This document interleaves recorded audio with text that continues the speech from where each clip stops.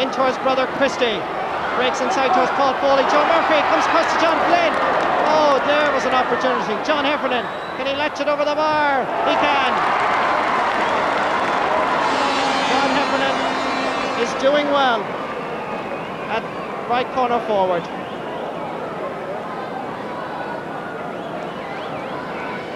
So despite Patrick Swell's best efforts in this first half, they're still finding it difficult to raise either a white flag or a green flag, and Glenmore, with simple hurling, making the ball do the work, seems to be able to get all the breaks and put up the scores.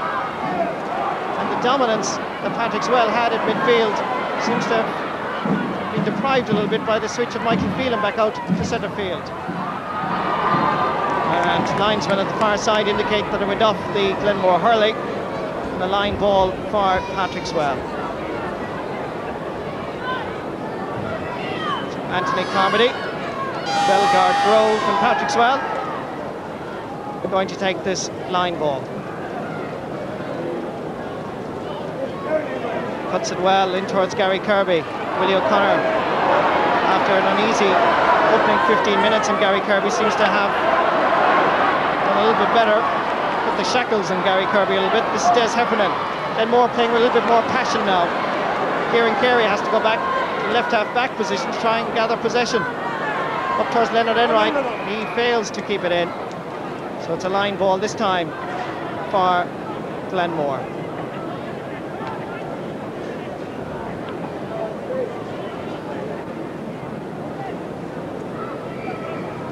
So this line ball got to be taken by Liam Walsh as the Glenmore dugout look on anxiously.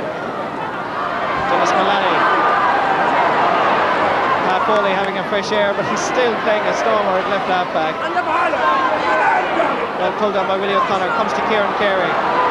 It's ironic enough that the two right halves of both attack, both Patrick Swell and Glenmore, are the dominant sides, are the dominant attacks.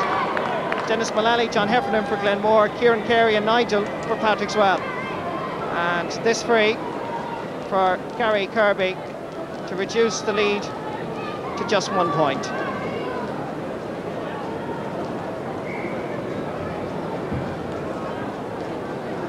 Concentration evident in Gary Kirby's face.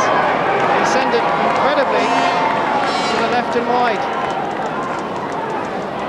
That certainly is a major miss for Patrick Swell, and the early enthusiasm and fire seems to be just draining at the moment out of Patrick Swell. They're not out of this match by any means. Des Ennett and Kieran Carey. The linesman gives it to Glenmore.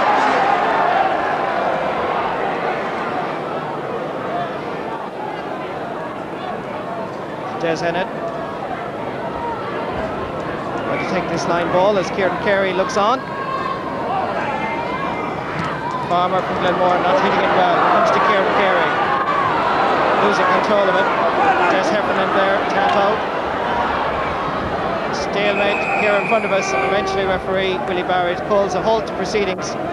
Decides that it's going to be a throw ball between Sean Foley, Des Heffernan.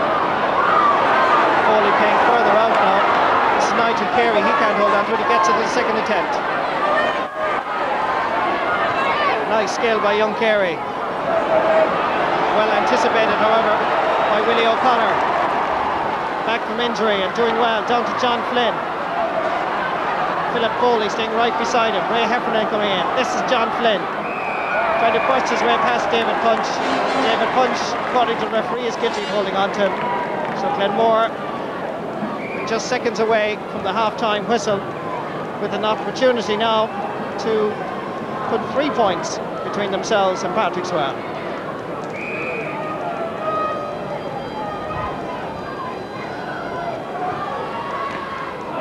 And Ray Heffernan miscued that one totally.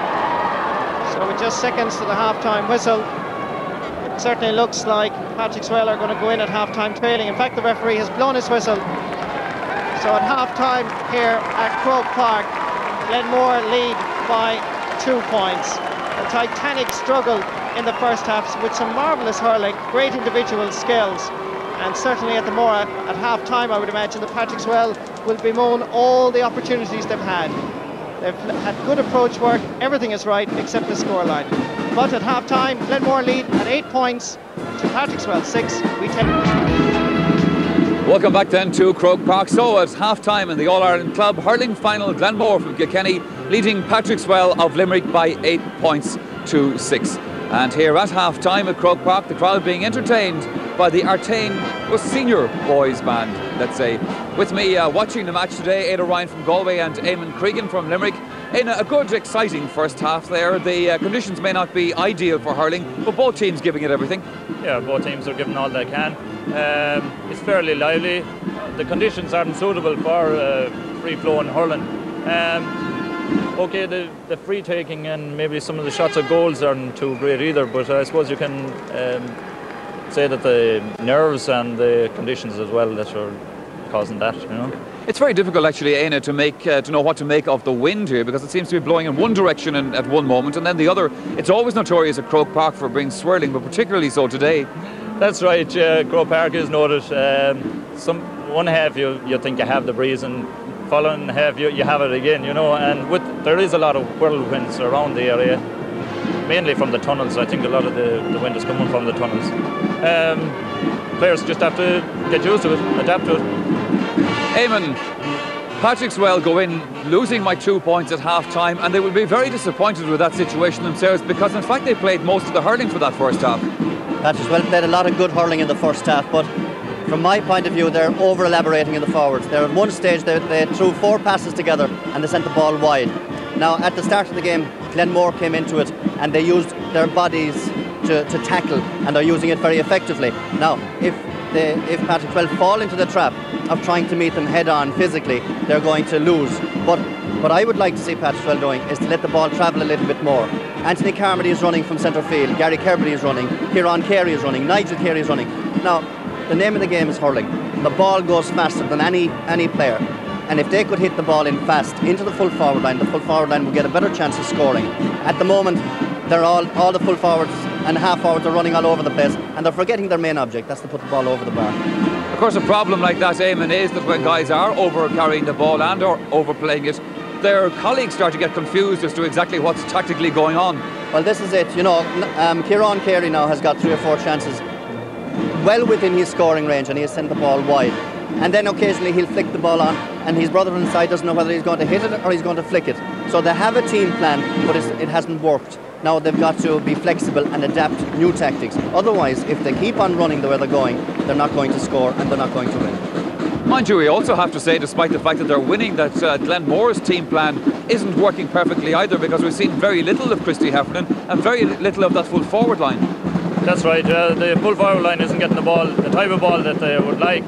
And I suppose just goes to prove that Christy is human like the rest of them. If he doesn't get the ball, he can't do much about it. In the second half, Eamon, are we going to see much change tactically for both teams? Well, Patrickswell will have to change somehow, because if they adopt the same approach, they're not going to win, because the wind, I think, at this stage is going down towards the canal end, and they've got to hit the ball in lower and faster. If they don't, then it's a mighty uphill struggle. And looking at the conditions of the ground is very soft, and it depends on the fitter team. And if you're going to run and run and run, you'll have nothing left in the last few minutes. And Glenmore a physically stronger side, so they may have more at the end than during the middle of the game. I'll tell you something, if these drummers behind us don't go away soon, both of us are going to be fairly weakened before long. Aina, hurling, of course, is a very exciting game, a fabulous game to watch, one of the best games in the world, but it's also a very dangerous game, as you yourself are a testimony to. Now, you received a very bad injury in a club match before Christmas. Will you tell us a little bit about that? It happened on the 14th of October. We were playing a club game. Clymer Daly were playing Tullochmore. And about 15 minutes into the game, I remember going up for a high ball, and after that I remember waking up in the hospital. The injuries after that, I have hearing loss, and there is a constant buzz in the ear. Apart from that, I'm feeling great, feeling okay. I suppose. It must be pointed out that you were wearing your helmet as well. Yeah, I was. I was lucky to be wearing the helmet. If I hadn't been wearing the helmet, it could have been a lot more serious. Yeah. You were in hospital for how long? I was in hospital, in the bed in the hospital for 8 days, and roughly 3 months after that I was making progress, trying to get help. And in those 8 days you didn't know too much about it at times, I think, Éanna? Well, I was just lying on the bed and basically not much, you know. The big question that everybody in Galway wants to know now is, are we going to see you back hurling again? How do you feel about that at this stage? Up to now, Michael, I didn't really give it that much thought. The first main objective was to get well. This year I think it's out. Medically, for medical reasons it's out. Next year, who knows, maybe. I don't actually know. Sure. This is hurling, of course, Eamon Cregan, as you know yourself from playing it for many, many years. That'll be a loss to hurling. Tremendous loss. You know, head injuries, I dread them. It happened to a Galway lad above in Loughrea a few years ago. I actually hit him on the side of the face. He fell on the ground as I was pulling on a ball, and I dread head injuries, you know. And okay, Éanna thinks it's the end of the world at the moment, but like, you'd never know, in 2 years' time everything might come right, and to be great then to see Éanna back hurling again. But again, it's up to himself, you know. Well, Eamon and Éanna, the band are coming again, so we'll sign off for the moment and we'll hand you back to Marty Morrissey.